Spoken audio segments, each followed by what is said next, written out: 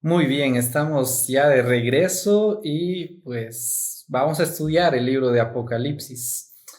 Voy a empezar haciendo un bosquejo general de todo el libro y luego vamos a ver puntos muy básicos. Por ejemplo, quién fue el que escribió Apocalipsis.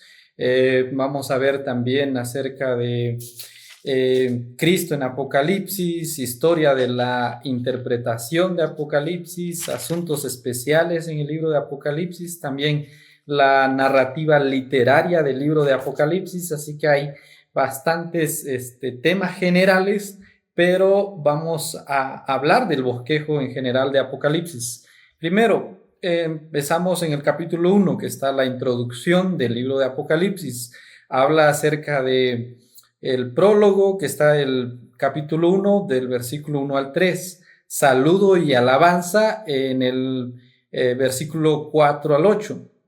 Visión de Cristo el juez en el versículo 9 hacia el 20. Luego encontramos como segundo punto la exhortación a las 7 iglesias. Esta exhortación está desde el capítulo 2 hasta el 3 también. Y allí vemos, por ejemplo, a la iglesia de Éfeso, a la iglesia de Esmirna, la exhortación a Pérgamo, a Tiatira, también está Sardis, Filadelfia y Laodicea. Son estas 7 iglesias en la cual aquí Apocalipsis da una exhortación a ellas. También encontramos como tercer punto visiones celestiales. Estas visiones que Juan tuvo, que está desde el capítulo 4, versículo 1 al 22. Y también ahí encontramos a Dios el Rey y Cristo el que es digno, capítulo 4, versículo 5.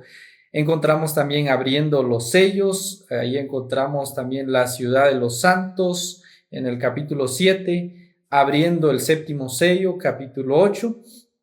Después también tenemos el ciclo 2, los 7 ángeles con 7 trompetas. Ahí hay un número en singular en Apocalipsis que es el número 7. Hay 7 sellos, después hay 7 trompetas y por último también hay 7 historias simbólicas. Y ahí encontramos entonces que los ángeles que están delante de Dios, hacen sonar las trompetas en el capítulo 8. 6 ángeles tocan sus trompetas. Y cuando también Juan nos habla acerca de los testigos, de los 2 testigos que posiblemente podría ser Elías y Moisés, el séptimo ángel también toca su trompeta en el capítulo 11, versículo 15 al 19. También encontramos el ciclo 3. Esta habla de 7 historias simbólicas que habla de personajes principales, por ejemplo, el pueblo de Dios versus Satanás. Habla también acerca de el desarrollo de también la historia del dragón en el capítulo 12, versículos 7 al 12. Habla también la historia de la mujer del capítulo 12, versículo 13. Habla de la historia de la bestia, de la tierra, el falso profeta, capítulo 13, los 144,000 también que son salvos, habla en el capítulo 14, también 3 mensajeros angelicales, capítulo 14, versículo 6. Y también habla del cuidado de los santos, capítulo 14, versículo 12. También nos habla del desarrollo de la séptima historia simbólica, uno semejante a hijo de hombre, capítulo 14, versículo 14 al 20.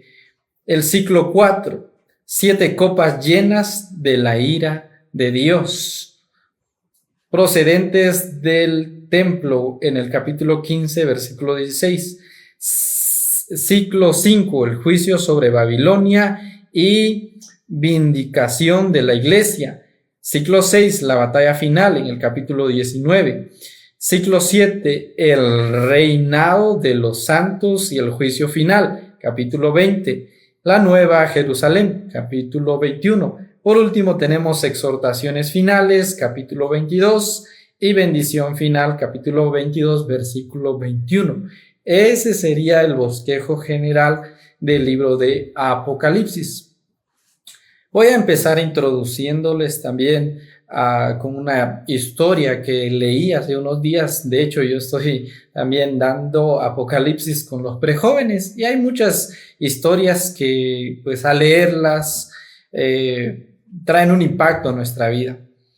El libro de Apocalipsis significa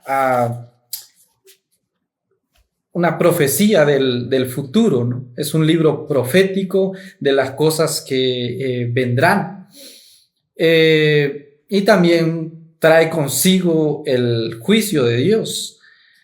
Si bien es cierto, en la historia de la humanidad hemos pasado por varias etapas, empezando con la inocencia del ser humano desde Adán y Eva, que pues ellos eran seres perfectos, seres que no tenían maldad dentro de ellos, y ahí estaba entonces el tiempo de la inocencia, antes que el ser humano desobedeciera a Dios. El ser humano era totalmente inocente, no había maldad en su corazón, no había pensamientos corruptos, no había inmoralidad dentro de la mente del ser humano.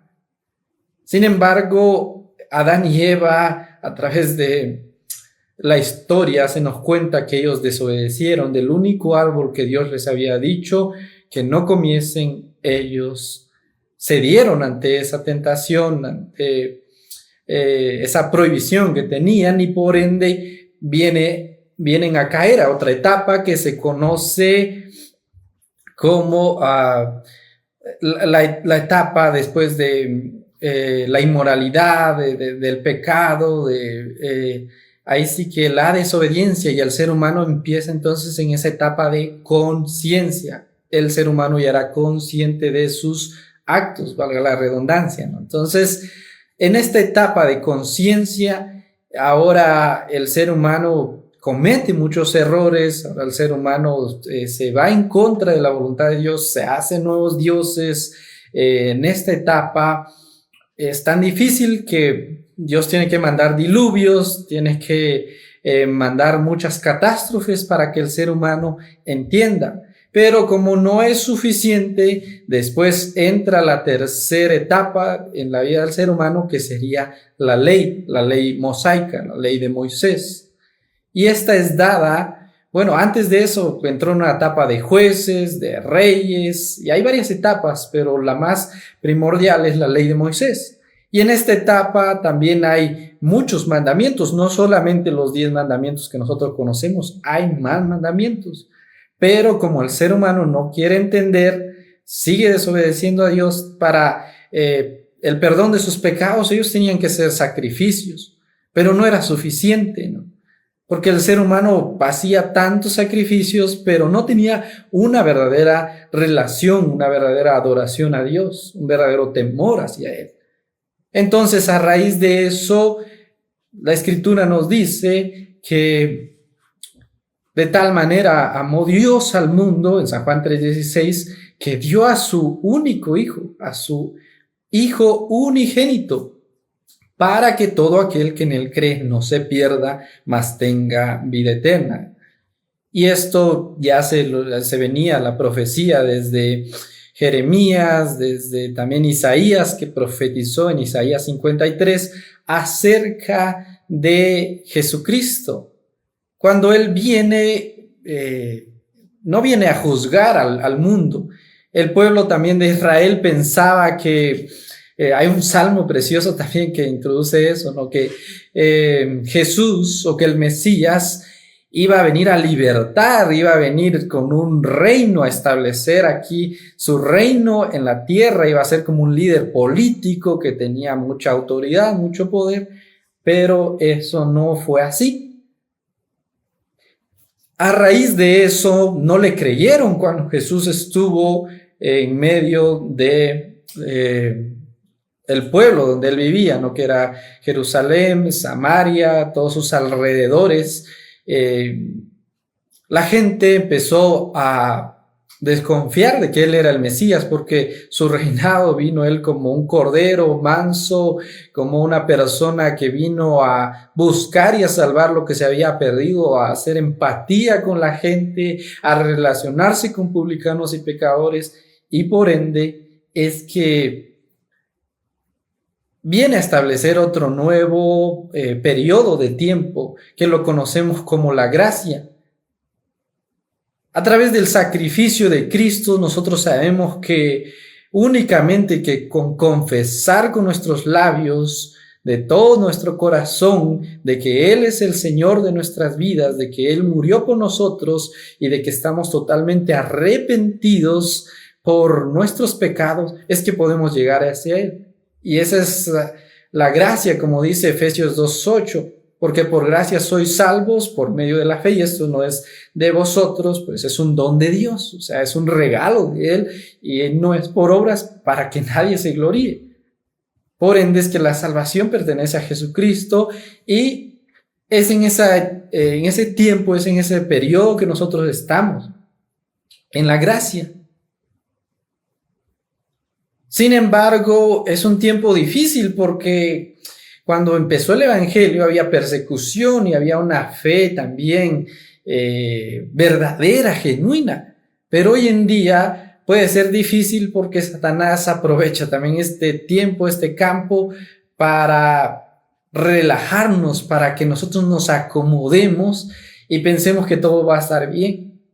Pero cuando estudiamos el Apocalipsis, cuando nos introducimos a Apocalipsis, vemos que viene un tiempo en la cual Dios ya no va a estar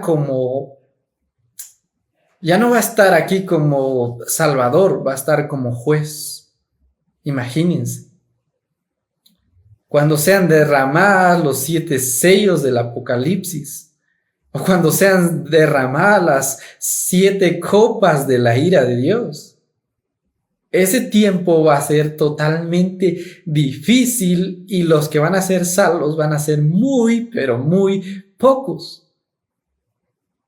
En ese tiempo va a haber un gobierno mundial y que va a controlar masas. Y hoy en día ya no estamos tan lejos de eso. El ser humano quiere hacer eso, pero Dios no lo ha permitido. El ser humano quiere unificar para que solamente haya un gobierno, para que solamente haya una ley, y si ellos dicen, bueno, adoramos a tales dioses, y el ser humano quiere hacerlo, pero Dios no lo ha permitido porque está todavía su iglesia, porque estamos nosotros aquí, y cuando suceda el arrebatamiento, cuando la iglesia de Cristo sea llevada, ahí es donde va a entrar en proceso esta siguiente temporada, que será la tribulación, y después, que son 3 años y medio, y después otros 3 años y medio más de gran tribulación, la cual nunca se ha visto.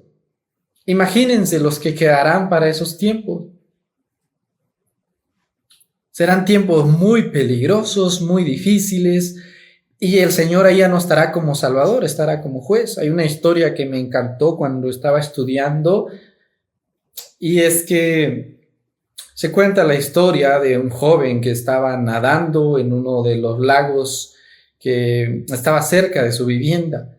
De repente se metió en la profundidad y la corriente lo empezó a llevar y empezó a gritar auxilio y pensó que iba a morir. De repente un señor que estaba cerca del lago escuchó los gritos y el clamor de este joven y fue y lo rescató. El joven quedó muy agradecido, muy feliz y dijo, me salvó la vida. Unos años después, el joven cayó en drogas, cayó en pandillas y terminó asesinando a muchas personas. Dieron con él, lo agarraron y se lo llevaron a la cárcel y le dieron pena de muerte. No lo iban a matar por todos los delitos. En el país que él vivía había pena de muerte y se presentó él ante el juzgado, se presentó él ante todas las autoridades y de repente el juez mayor que estaba allí se quedó viendo y dijo, bueno, no fue él aquel que me salvó hace unos años atrás cuando me estaba ahogando. Voy a hablar con él, tal vez si se recuerda de ese acto tan glorioso que hizo y tal vez ahora me perdone la vida, me salve y pues no va a dejar de hacer tantas cosas mal. Llega delante de él y le dice, Oiga, ¿se recuerda de un joven que usted salvó hace muchos años? Sí, me recuerdo. Eras tú, ¿verdad? Sí. Pues yo vengo a suplicarle que me perdone nuevamente la vida y prometo ya no hacer ninguna de las cosas que he cometido y vengo arrepentido y ya no quiero seguir haciendo lo mismo y quiero que me perdone la vida. Por favor, le llegó suplicando entre lágrimas y el juez se le quedó viendo y le dijo, antes estaba como tu salvador, pero ahora soy tu juez y no puedo hacer absolutamente nada por ti porque lo que la ley dicta es que tú seas muerto. El joven entró en lágrimas y el juez no pudo hacer absolutamente nada por él. Ese tiempo viene. Viene ese tiempo donde Dios no va a poder hacer nada, absolutamente nada, y Él va a venir a juzgar al mundo entero por sus maldades. Y es por eso que tenemos que ser conscientes en el tiempo en que estamos y debemos de aprender a ser agradecidos. Así es que el libro toma un nombre de la palabra que en griego sería Apocalipsis o Apocalipsis, que se traduce como revelación. Es un libro de revelación que predice el futuro, como les decía. Dado también que en la Vulgata Latina tiene como primera palabra el Apocalipsis, entonces nosotros la conocemos así. Era conocido también en muchas iglesias anteriormente como un libro profético. Por ejemplo, en Alejandría, como se comparó el estilo y los temas de Apocalipsis con el Evangelio también que escribió Juan, San Juan, el discípulo de Jesucristo. Y muchos dan como autor a Juan, uno de los discípulos de Jesús, pero otros también dicen que posiblemente sí se llama Juan el autor, pero que era otro Juan, que no era Juan el que fue discípulo de Jesús. Sin embargo, pues nos quedamos con que el libro sí tiene una revelación divina que fue dada a Juan. El Apocalipsis fue escrito durante un tiempo de persecución, probablemente hacia el final del reinado del emperador Nerón, o durante también el reinado de Dominicano. La mayoría de los estudiosos favorece a una fecha alrededor más o menos del año 95 después de Cristo. La evidencia más sólida para la fecha, pues, de ese día puede variar, pero sabemos que es un libro que es bastante profundo en cuanto a la revelación de las cosas futuras, las cosas que vendrán. También Apocalipsis es un libro de un género literario muy precioso que comparte muchas características con la literatura apocalíptica, del Antiguo Testamento. E incluso lleva por título el Apocalipsis de Juan. Sin embargo, repetidas veces Juan también identifica el libro específicamente como una profecía. Es un libro, como les decía, profético. Las palabras iniciales del libro también respaldan la idea de que el Apocalipsis debería entenderse como un libro simbólico en general. De hecho, todo el Apocalipsis encuentra muchos símbolos porque hay muchas figuras que Juan vio allí que pues no lo vamos a leer de manera, o no lo vamos a interpretar de manera literal. Entonces nos habla de la revelación de Jesucristo, de que Dios le mostró, ¿no? Para mostrar a su siervo las cosas que deben de suceder pronto. Él las ha dado a conocer, enviando a su ángel, a dar a conocer a su siervo Juan. El sustantivo vinculado al verbo señala semión, que identifica símbolos visibles en el libro de Apocalipsis. También tenemos en cuenta el dictamen para el acercamiento popular al libro de Apocalipsis, y que interpreta literalmente a manos de estos, obligando a ver mucha simbología en todo el libro, ¿no? Vamos a encontrar ahí que, por ejemplo, los 10 cuernos, los 7 sellos, las 7 copas de la ira de Dios. Entonces es muy simbólico el libro de Apocalipsis. Tiene también bastantes caracteres literarios, que pues no nos vamos a detener tanto en esto, pero vamos a ver las características y temas principales. Habla, por ejemplo, como primero, de un Dios soberano. El tema principal de todo también el Apocalipsis es de que Dios gobierna la historia y lleva a un clímax triunfal en Cristo. O sea, que a Él no le va a pasar por alto absolutamente nada, que Él tiene un control evidente de todo. Y en vista de esto, los cristianos, por lo tanto, han de rendir adoración a Dios. De hecho, hay un texto que me encanta bastante, que está en Apocalipsis, y es un texto que estábamos estudiando también con el grupo de prejóvenes, Apocalipsis 15:4. Dice, y bueno, es también un himno que nosotros solemos cantar en la iglesia. Dice: oh Señor, ¿quién no te temerá y glorificará tu nombre? Escuche bien, pues solo tú eres santo, por lo cual todas las naciones vendrán y te adorarán, pues tus justos juicios han sido, dice, revelados. ¡Wow! ¡Qué impresionante es la palabra del Señor! ¿Quién no te temerá? ¿No?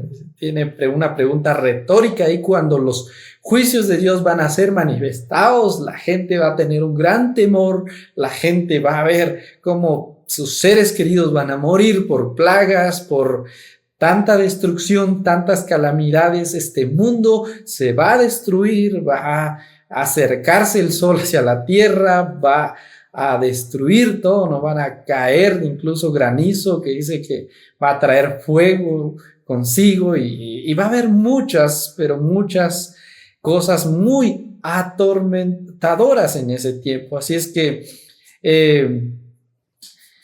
habla acerca de que Dios controla todo. También habla de que Cristo es el Rey. En primera visión, Cristo aparece como el Rey majestuoso y juez de todo el universo. También habla de que ya, pero todavía no, de los últimos días. Aunque Apocalipsis no usa parte de la terminología estándar de los últimos días o el final de los tiempos, se ve claramente que lo que el Antiguo Testamento predice que sucederá al fin de los tiempos ha empezado a cumplirse en la primera venida de nuestro Señor Jesucristo. Entonces habla de que allí se va a estar cumpliendo ese tiempo profético que la Biblia ya nos anticipaba en el Antiguo Testamento. Habla también de la disposición a sufrir por Cristo, y es el camino hacia la victoria final. Para salvarse, ahí la gente va a tener que evitar a toda costa ser sellado por la marca de la bestia, y ya no va a poder comprar, ya no va a poder vender, ya no va a poder viajar, ya no va a poder vivir, ¿no? Toda su vida va a depender de ese sello, y por ende va a tener que dar a disposición el sufrir por Cristo, el morir incluso por Cristo, pero la presencia de Cristo ya no estará como la tenemos en la actualidad. Habla también como 5, la nueva creación como cumplimiento de la profecía bíblica. Los principales temas proféticos, como les decía, del Antiguo Testamento y el Nuevo Testamento culminan en un nuevo pacto, el nuevo templo, el nuevo Israel y la nueva Jerusalén. Todo ello se resumen en el concepto de la nueva creación, de que Dios ahí va a establecer también un nuevo reino. Habla también de la falsa naturaleza de las fuerzas satánicas. uno de los rasgos prominentes del libro de la presentación de las falsificaciones satánicas que se van a oponer en contra de Dios, ¿no? Habla de que Satanás se va a creer poderoso, va a engañar a mucha gente. Imagínense, si ya lo hace hoy en día, imagínense cuando él ya esté suelto ahí, cuando ya tenga ahí sí que las riendas sueltas para hacer lo que él quiera, pues sin duda alguna va a engañar a más gente que la que engaña ahora.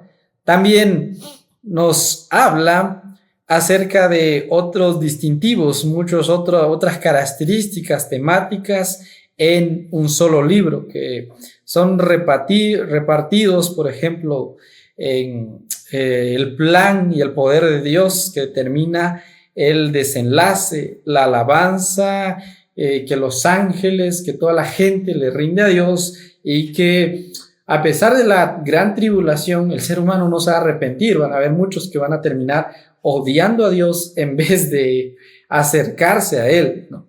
También Apocalipsis, en la historia en toda la Biblia encontramos el cumplimiento, por ejemplo, de Babilonia en el Antiguo Testamento, cuando Nimrod creó la Torre de Babel y quería unificar al ser humano, no quería unir al ser humano con el propósito de crear una torre con tal de que le sirviera como señal para que no fuesen dispersos, para que no se separaran. Sin embargo, Dios ahí confundió las lenguas porque estaban yendo en contra del propósito de Dios. Ellos querían ser más que Dios, querían adorar a dioses, pero no a Dios. Se habían olvidado de Dios, querían unificarse, pero Dios confundió ahí las lenguas, y eso es lo que va a pasar también en Apocalipsis. Viene también un tema muy picante, que es la segunda destrucción de Babilonia, que en el Antiguo Testamento pues ya ha sucedido y volverá a suceder nuevamente en Apocalipsis. También las plagas del Éxodo quizás no van a ser semejantes o similares, porque van a ser, hablamos de que en Éxodo vimos unas plagas a una escala tal vez de un 10% y ahora sea un 100%, o sea, va a ser algo terrible, pero que va a ser pues de alguna manera algo relacionado, ¿no?, con estas plagas. Como se señaló anteriormente, anuncian las plagas que se mencionarán también ahora en Apocalipsis. También los gobernantes malvados en Daniel 7, que persiguen a Israel en la época del Antiguo Testamento, vienen a representar también el poder mundial que va a tener el anticristo, que va a perseguir todavía a la gente de ese tiempo, ¿no? De la misma manera se describió a Dios protegiendo también a Israel en el desierto, y pues en ese tiempo también Dios va a enviar a 2 profetas para que hablen allí, para que todavía va a manifestar de cierta forma su gracia. Y ese es el siguiente tema que trata el Apocalipsis, Cristo en Apocalipsis. A pesar de todo, en Apocalipsis, Cristo va a estar de alguna manera también llamando la atención, de alguna manera va a estar también manifestándose, quizás ya no como lo conocemos ahora, quizás va a ser muy difícil, incluso dice que las escrituras van a ser borradas, pero se va a manifestar de alguna otra forma, va a estar tratando de llamar a la gente al arrepentimiento.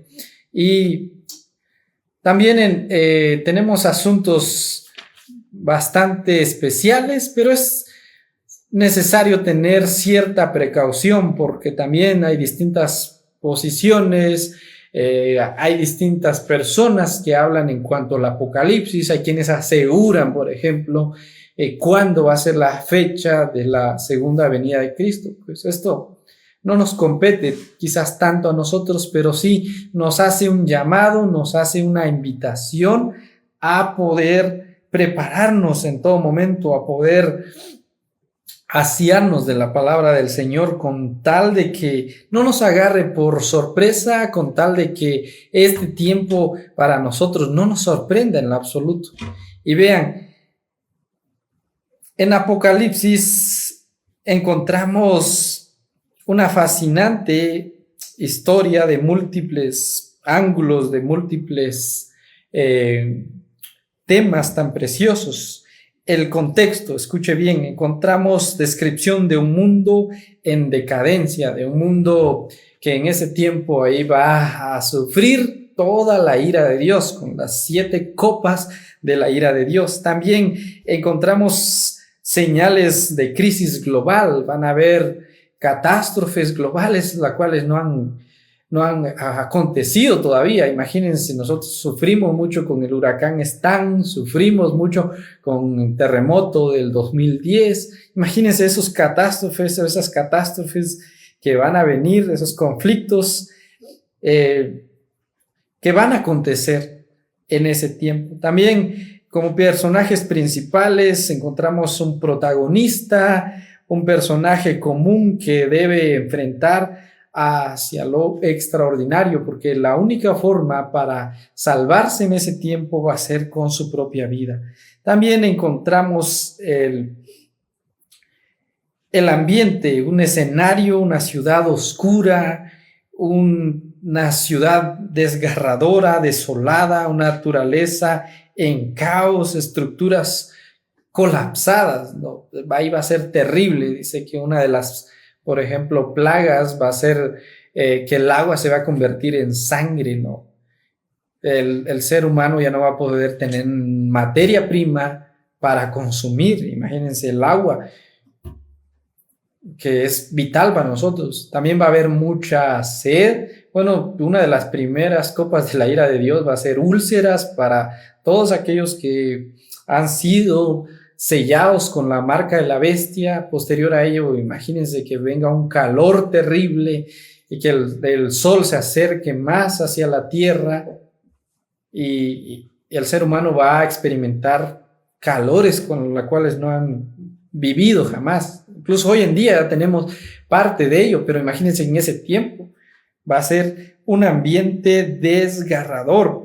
Van a haber tormentas constantes, cielos grises, tempestades extremas. También vemos ahí las primeras señales de Apocalipsis, eventos que marcarán el inicio del fin, terremotos, erupciones volcánicas, plagas y la respuesta de la humanidad. A pesar de todo eso, el ser humano no se va a arrepentir, va a entrar en caos, gobiernos van a colapsar totalmente, intentos fallidos también de soluciones, el descubrimiento de una verdad también oculta. El protagonista se encuentra con un grupo que conoce la causa del apocalipsis, pero van a encontrar revelaciones sobre conspiraciones antiguas, profecías o experimentos fallidos. También la lucha por la supervivencia va a ser literal ahí para sobrevivir. Usted va a tener que ahí sí que enfrentarse a muchas cosas muy turbias, muy escalofriantes, si es que pues no ha conocido a Jesús como su único Salvador todavía. Entonces, el clímax, enfrentamiento final, también un grupo protagonista llega a un lugar clave como el Armagedón, también donde deben tomar decisiones muy críticas. El ser humano y los ángeles caídos se van a querer enfrentar en contra de Dios, pero esto va a ser absurdo, porque Él solamente con su palabra va a destruir a todos ellos, llenando un gran campo de sangre. También encontramos la decisión crucial. El protagonista debe elegir entre salvarse a sí mismo o sacrificar algo para salvar a sí mismo o a los demás. También la revelación de un último secreto que podría cambiar el destino de toda la humanidad. También encontramos el desenlace, consecuencias del clímax. Muestra también los resultados de la decisión del protagonista, un futuro incierto, un futuro totalmente escalofriante y un nuevo comienzo o el final definitivo. reflejo sobre la naturaleza también humana, el significado del sacrificio y la esperanza en medio de un caos. También la escena final, un vistazo al mundo después del Apocalipsis, dejando abierta la interpretación sobre si la humanidad podría ahí sí que seguir. Y nosotros sabemos que como hijos de Dios vamos a estar en la presencia de Él, gozando ya de ese lugar celestial que Él ha ido a preparar hacia nosotros. Y la humanidad que sencillamente no le dio su vida a Cristo, y aquellos quienes fueron sellados con la marca de la bestia, pues pasarán a esa etapa de sufrimiento eterno, de vivir en el infierno que va a ser eterno, ¿no? Y ahí es donde es preocupante, ¿no? Tal vez la ciencia hoy en día podrá negar todos estos actos, podrá tratar de suavizar todos estos acontecimientos futuros que la Biblia nos... ahí sí que el Apocalipsis me encanta, porque es un libro que nos advierte, que nos pone las cosas tal y como van a pasar. Tal vez podemos errar en cuanto al día de la venida de Cristo, podemos errar en muchas interpretaciones, pero en algo no podemos errar, y es en qué es lo que estamos haciendo justamente ahora para prepararnos, en qué es lo que estamos haciendo justamente ahora para dar gracias por ese tiempo en la que vivimos. Porque sin duda alguna el Apocalipsis puede empezar mañana, puede empezar en cualquier hora, y si no estamos preparados, ¡ay de aquel que se quede en esos tiempos tan peligrosos! Así que vamos a concluir ya, y espero que podamos asistir juntamente estos días que vienen y aprender más de este precioso libro de la Santa Biblia, de Apocalipsis, y que podamos edificarnos, y que usted pueda ser desafiado, retado, y que su vida ya no siga de la misma manera en que la está viviendo, si no la está viviendo para nuestro Dios. Oremos. Amantísimo Padre, llegamos delante de tu presencia, agradecidos contigo, Señor, porque tú nos has bendecido con este precioso libro, Señor. Es un libro tan bello porque también nos enseña, Señor eterno, de ese lugar tan especial en lo cual tú estás preparando, Señor, para tus hijos. Y Señor, el eterno, el arrebatamiento de la iglesia podría acontecer en cualquier momento. Por ende, queremos estar firmes, queremos estar preparados y agradecidos porque nos has dejado en este tiempo tan precioso de gracia, de salvación, que lo único que tenemos que hacer es reconocer, Señor, el sacrificio que has hecho por nosotros y arrepentirnos de todos nuestros malos pecados, nuestros malos procederes, y entregar, Señor eterno, nuestra vida por completo a ti. Así que, Padre, ayúdanos a ser agradecidos porque tú estás como Salvador y no como juez ahora mismo, Señor, porque vendrán esos días donde el ser humano, Señor, querrá esconderse, pero no podrá, querrá huir, pero no podrá, querrá, Señor eterno, salvarse, pero no podrá, y pasará por sufrimientos, los cuales no se han visto hasta el día de hoy. Así que, Padre, que tú puedas tocar también los corazones de aquellos que aún no te conocen, que, Señor eterno, puedan entender que cada día, Señor, es una nueva oportunidad más que tú nos das para acercarnos a ti, para, Señor eterno, aceptar ese sacrificio tan glorioso que has hecho por nosotros. Así que gracias te damos por tu palabra, gracias por este precioso libro que vamos a empezar a estudiar, Señor, con la sociedad juvenil, con nuestros hermanos también, Señor, en la iglesia, para juntos así poder llevar tu palabra, Señor, a distintos lugares y a distintos corazones. Que tú, Señor, nos ilumines, estés con nosotros, y gracias te damos, Señor, porque sin duda alguna hemos sido bendecidos, retados y desafiados con tu poderosa palabra. En el nombre precioso de Cristo Jesús, gracias damos. Amén y amén. Así es que ha sido un privilegio grato el poder compartir, el poder introducirles el precioso libro de Apocalipsis, la revelación de las cosas futuras que vendrán.